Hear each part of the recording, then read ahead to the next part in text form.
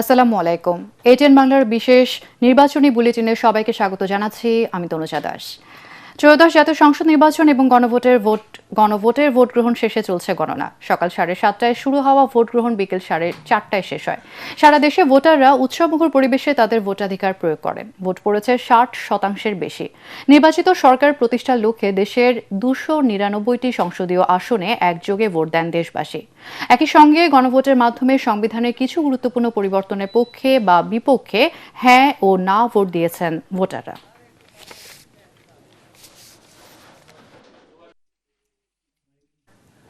এবার stake footwear limited নির্বাচনের খবর।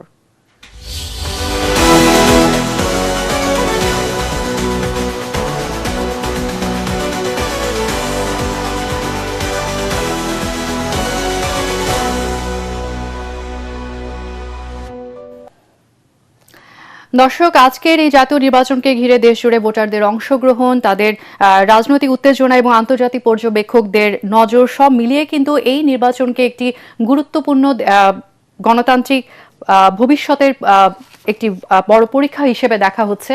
এবং আজকে আমরা যেমনটা জানি, আজকে কিন্তু একই সাথে সাধারণ নির্বাচন এবং গণভোট অনুষ্ঠিত হয়েছে এবং দুটোর গণনায় কিন্তু একই সাথে চলছে। দর্শক, এই মুহূর্তে নির্বাচন কমিশনের ফলাফল ঘোষণা কেন্দ্রের এটিএন বাংলার বুথে আছেন আমাদের বিশেষ প্রতিনিধি ইকরামুল হক সাইম। আমরা তার কাছে চলে যাব ভোটের সবশেষ গণনার খবর জানতে। সাইম, ভোট গণনার সবশেষ কি তথ্য আপনার কাছে আছে?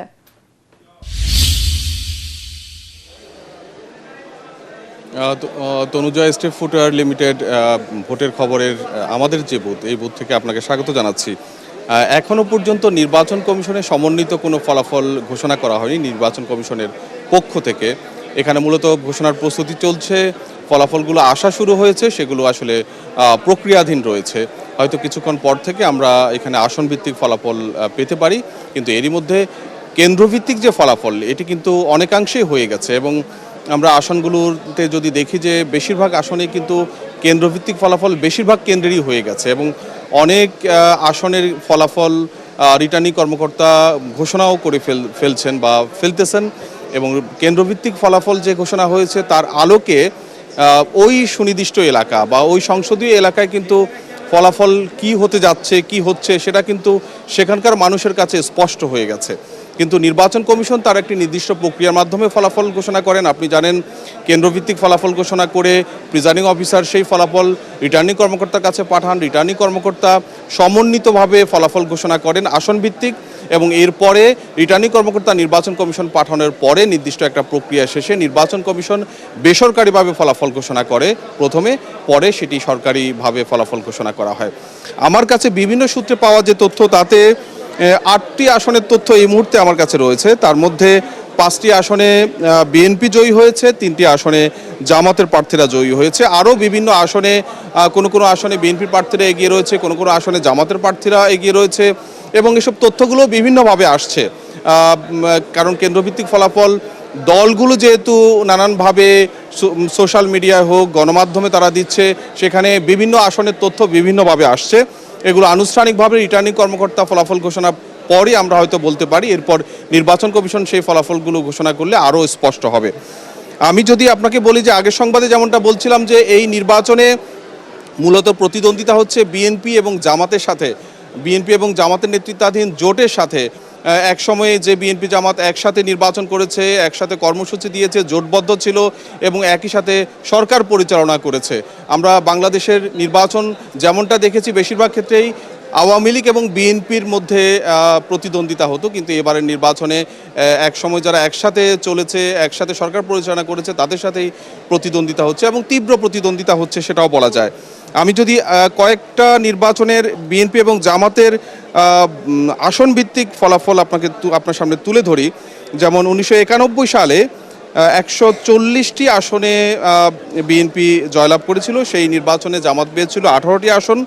এবং 2001 সালের নির্বাচনে, যেটি জোটবদ্ধ নির্বাচন ছিল, 4 দলীয় জোট নির্বাচন করেছিল, সেখানে বিএনপি পেয়েছিল 193টি আসন এবং জামাত পেয়েছিল 17টি আসন। 2008 সালের 111 সরকারের সময় যে নির্বাচনটি হয়েছিল, সেই নির্বাচনে বিএনপি পেয়েছিল 30টি আসন এবং জামাত পেয়েছিল দুটি আসন। 1996 সালের 12 জুন যে নির্বাচনটি হয়েছিল সেখানে বিএনপি 116 এবং জামাত পেয়েছিল 3টি আসন। এই নির্বাচনগুলোতে কিন্তু বিএনপি এবং জামাতের বেশ ফারাক ছিল, কিন্তু এবারের নির্বাচনে বিএনপি এবং জামাত কিন্তু বেশ প্রতিদ্বন্দ্বিতা গড়ে তুলেছে এবং এটা আসলে শেষ পর্যন্ত কোন জায়গায় গিয়ে ঠেকে, অর্থাৎ এখনো পর্যন্ত আমরা খুব এক বাক্যে এখনো হয়তো আমরা বলতে পারছি না যে কোন দল সরকার পরিচালনায় যাচ্ছে বা ক্ষমতায় আসছে, সেটি হয়তো কিছুক্ষণ পর আরও স্পষ্ট হয়ে উঠবে। আমি আমার সহকর্মী রয়েছেন, তিনি তিনি তিনি ঘোষণা মঞ্চে ছিলেন। আমি খুব সংক্ষেপে এখানকার ফলাফল ঘোষণা মঞ্চের প্রস্তুতি সম্পর্কে একটু জানতে চাই। নিশান, আপনার কাছে। জি, আপনি জানেন সবশেষ চূড়ান্ত ফলাফল আনুষ্ঠানিকভাবে আসলে ইলেকশন কমিশনের থেকেই ঘোষণা করা হয়। তো এখন পর্যন্ত সবশেষ দুপুর 2টায় ইসি সচিব আক্তার আহমেদ তিনি একটি ব্রিফিংয়ের মাধ্যমে জানিয়েছেন যে দুপুর 2টা পর্যন্ত 48%, প্রায় 48% ভোট সারা দেশে কাস্টিং হয়েছে। তো এটি ইলেকশন কমিশন থেকে জানানো সর্বশেষ ব্রিফিং। এরপর এখন পর্যন্ত, এখন রাত 9টা বাজে, এখন পর্যন্ত ইলেকশন কমিশনের পক্ষ থেকে আনুষ্ঠানিকভাবে এখনও কিছু জানানো হয়নি। সেজন্য অধীরাগ্রহে গণমাধ্যম কর্মীরা এখানে অধীরাগ্রহে অপেক্ষায় আছেন, যেহেতু চূড়ান্ত ফলাফল, আনুষ্ঠানিক ফলাফলটা ইলেকশন কমিশন থেকে জানানো হবে এবং চূড়ান্ত ঘোষণা মঞ্চের আনুষ্ঠানিক কার্যক্রম এখনো পর্যন্ত শুরু হয়নি। এখানে গণমাধ্যম কর্মীরা যেমন আছে, রাজনৈতিক দলের প্রতিনিধিরা রয়েছেন, কিছুক্ষণ পরে হয়তো এখানকার আনুষ্ঠানিক কার্যক্রম শুরু হবে। একই সাথে সেগুনবাগিচায় ঢাকা মহানগরীর যে রিটার্নিং কর্মকর্তার কার্যালয় রয়েছে, সেখানে ঢাকা মহানগরীর আসনগুলোর ফলাফল গণনা চলছে। সেখানে রয়েছেন আমাদের সহকর্মী হুমায়ুন চিশতি। আমরা সরাসরি এখন তার কাছে চলে যাব সেখানকার ফলাফলের খবর জানতে।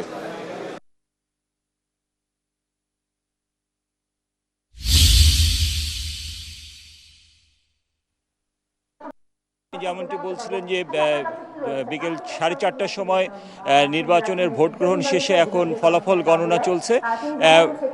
স্টেপ ফুটওয়্যার লিমিটেড ভোটের খবর নিয়ে আমি এখন আছি ঢাকা রিটার্নিং কর্মকর্তার কার্যালয়। এটি ঢাকা বিভাগীয় কমিশনারের কার্যালয়ও।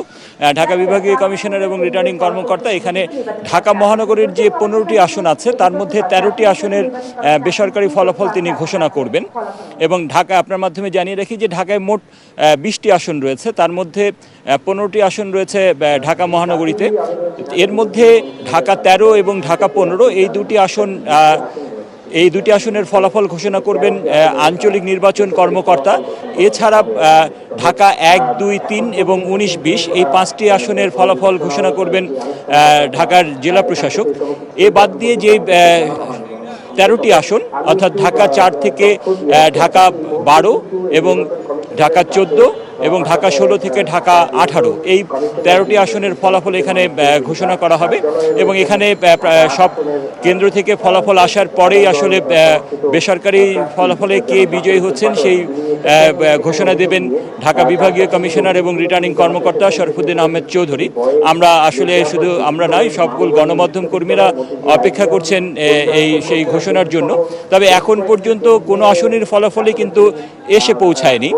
তবে আনঅফিসিয়ালি আমরা যেটা জেনেছি যে বেশ কিছু কেন্দ্রের ফলাফল এখানে এসছে এবং সেই ফলাফলগুলো ওনারা যোগ করছেন এবং একটা বড় অংশের ফলাফল আসার পরেই হয়তোবা ঢাকা বিভাগীয় কমিশনার এবং রিটার্নিং কর্মকর্তা যিনি আছেন তিনি সেই ফলাফলের আংশিক অংশ হয়তোবা ঘোষণা করবেন। তিনি আমাদেরকে জানিয়েছেন যে ঘন্টায় ঘন্টায় তিনি এই আপডেটগুলো আমাদেরকে দেবেন এবং সর্বশেষ সব কেন্দ্রের ফলাফল আসলে সেটি যোগ করে চূড়ান্ত ফলাফল তিনি বেসরকারিভাবে এখানে ঘোষণা করবেন। এরপরে নির্বাচন কমিশন সরকারিভাবে ফলাফল ঘোষণা করবেন।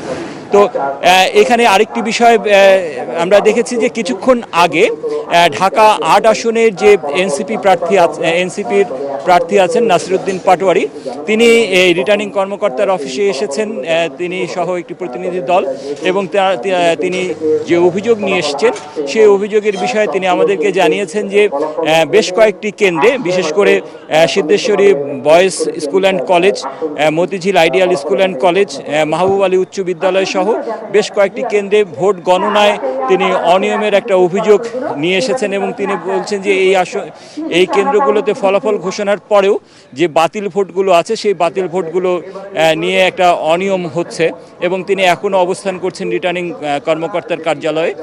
তিনি হয়তোবা বের হওয়ার পর গণমাধ্যমের সাথে কথা বলবেন এবং তারপরে আমরা আসলে আপনার জানাতে পারবো যে আসলে তিনি কি বলছেন বা তার অভিযোগটা কি।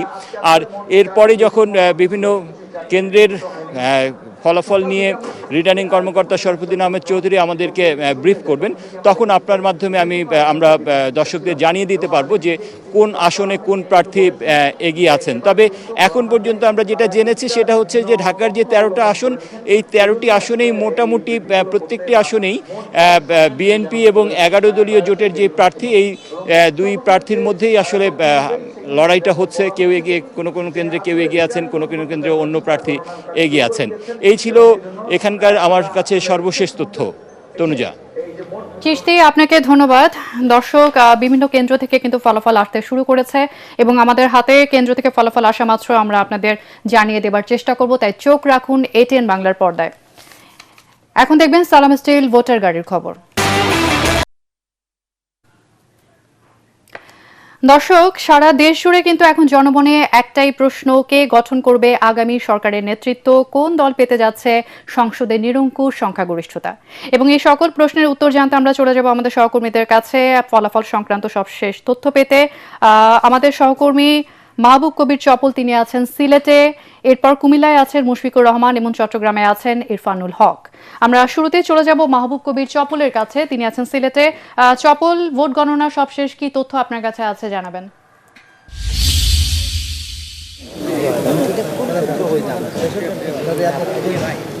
ভোট গণনার তথ্য হচ্ছে, ভোট গণনা যে পর্যন্ত চলেছে উপজেলা পর্যায়ে সবগুলো ভোট আসন কেন্দ্র থেকে ফলাফলগুলো চলে গেছে, সেখানে আসলে কম্পাইল হচ্ছে, সেখানে ফলাফলগুলো প্রস্তুত করা হচ্ছে। যেহেতু একই সাথে দলীয় প্রতীক এবং হানা ভোট রয়েছে, সে কারণে কিছুটা দেরি হচ্ছে। আমরা বেসরকারিভাবে অর্থাৎ বিভিন্ন সোর্স থেকে যে খবরটি পেয়েছি সেটি হচ্ছে যে সিলেটের যে 6টি আসন রয়েছে, সেই 6টি আসনের মধ্যে 5টিতে বিএনপির যারা প্রার্থী আছেন, বিএনপি শরিক দলের যে প্রার্থী আছেন তারা এগিয়ে আছেন। সিলেট সদরে খন্দকার আব্দুল মুক্তাদির, তিনি বেশ বড় ব্যবধানে এগিয়ে আছেন জামায়াতের যিনি প্রার্থী আছেন হাবিবুর রহমান হাবিবের চেয়ে। সিলেট 2-এ যেটি সাবেক সংসদ সদস্য মিলিয়া সালির স্ত্রী তাহসিনা রুশদির লুনা, তিনিও এগিয়ে আছেন।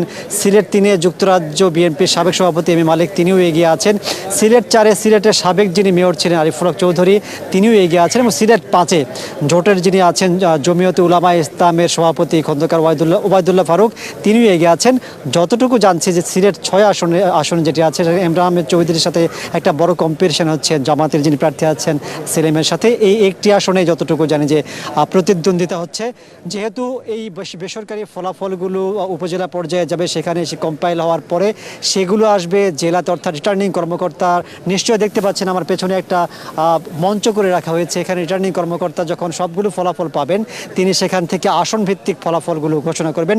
এখন যে একটি বিষয় যদি বলি, যে সিলেট বিভাগের অন্য যে আসনগুলো আছে, অর্থাৎ 19টি আসন রয়েছে, 19টি আসনের বেশিরভাগই কিন্তু বিএনপির প্রার্থীরা ভালো করছে বা এগিয়ে আছে। আমরা যতটুকু জেনেছি যে মৌলভীবাজার 1 আসন যেটা আছে, সেখানে জামায়াতের প্রার্থী বিজয়ী বেসরকারিভাবে হচ্ছেন বা হয়ে গেছেন। বাকি 18টি আসনে এখন পর্যন্ত বিএনপির প্রার্থীরা এগিয়ে আছেন। যদিও সরকারিভাবে যখন ফলাফলটা আসবে, সেই ফলাফল যখন ঘোষণা করা হবে, সেটি আমরা আনুষ্ঠানিকভাবে জানাবো।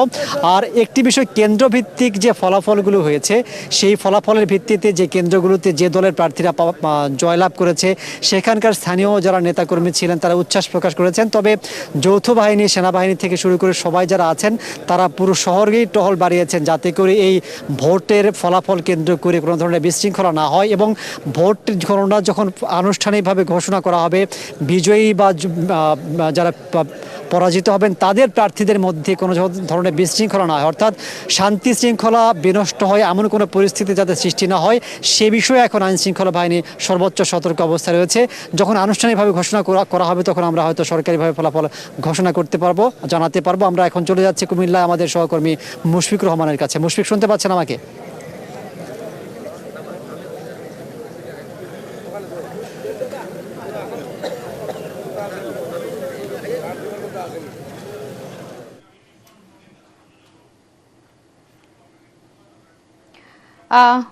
চপল, আপনাকে ধন্যবাদ। এবার আমরা চলে যাচ্ছি চট্টগ্রামে ইরফানুল হকের কাছে।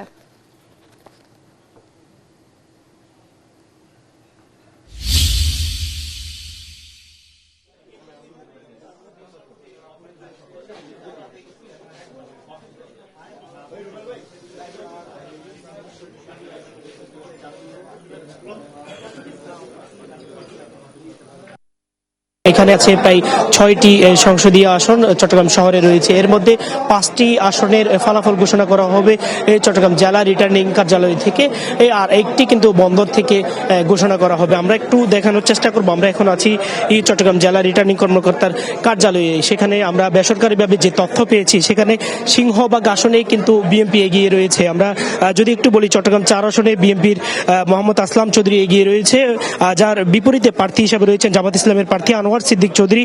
অন্যদিকে চট্টগ্রাম 5 আসনে এগিয়ে রয়েছেন মীর মোহাম্মদ হেলাল উদ্দিন। অন্যদিকে 8 আসনে বিএনপির প্রার্থী হিসেবে এগিয়ে রয়েছে এরশাদুল্লাহ, জামাত ইসলামের প্রার্থী হিসেবে যেখানে রয়েছেন আবু নাসের। অন্যদিকে চট্টগ্রাম 9 আসনে এগিয়ে রয়েছেন বিএনপির প্রার্থী আবু সুফিয়ান, জামাত ইসলামের প্রার্থী হিসেবে এখানে রয়েছেন doctor A K M Fazlul Haque. Chattogram 10 আসনে এগিয়ে রয়েছেন বিএনপির প্রার্থী সাইদ আল নোমান। অন্যদিকে যদি আরেকটি বিষয় আপনাকে বলি, যেটি এইখানের বাহিরে চট্টগ্রাম বন্দরে একটি কেন্দ্রের একটি আসনের যে ভোট গণনা সেটি হচ্ছে সেখান থেকে হয়তোবা আমরা তথ্য সংগ্রহ করে আপনাদের মাধ্যমে জানাতে পারবো। সব মিলিয়ে যদি বলি, আসলে আনুষ্ঠানিকভাবে যদিও এখন পর্যন্ত কোনো ধরনের ব্রিফিং করা হয়নি, কোনো ধরনের ফলাফল ঘোষণা করা হয়নি, কিন্তু বেসরকারিভাবে চট্টগ্রামের 16টি সংসদীয় আসনের মধ্যে বেশিরভাগ আসনেই কিন্তু এগিয়ে রয়েছে বিএনপির প্রার্থীরা। তো এ ছিল আমার কাছে বন্দরনগরী চট্টগ্রামের যে ফলাফল ঘোষণা তার সর্বশেষ।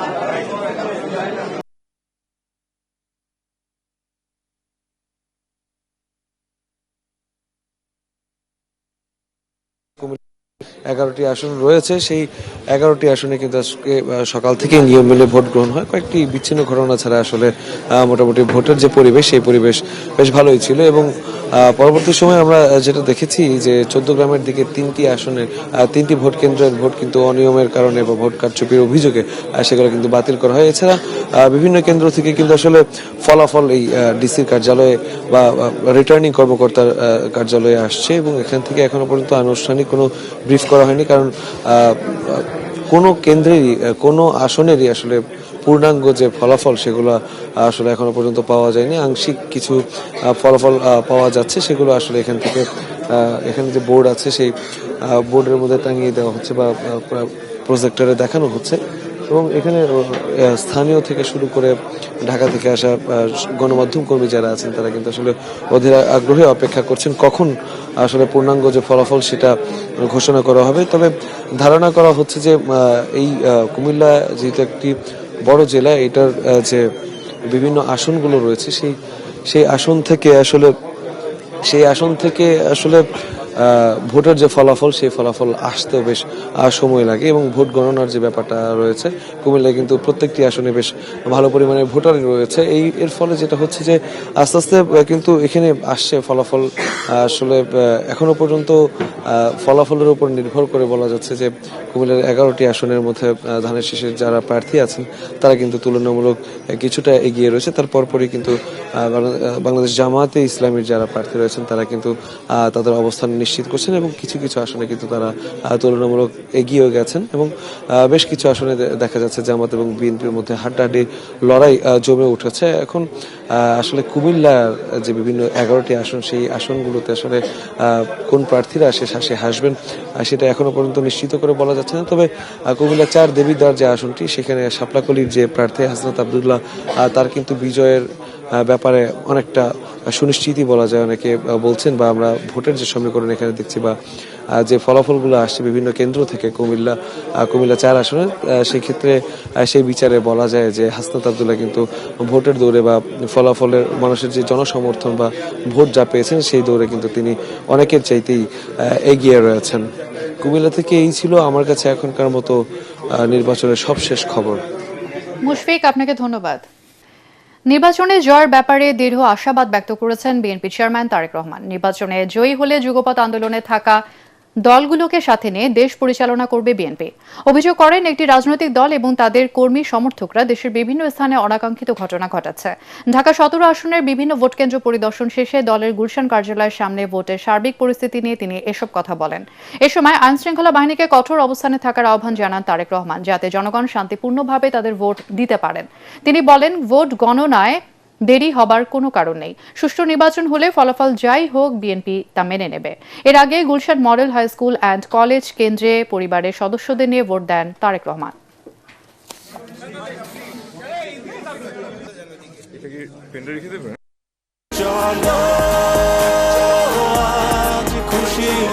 40 বছর ধরে অসংখ্য খুশির মিছিলে ছিল আইডিএলসি, থাকবে আগামীতেও।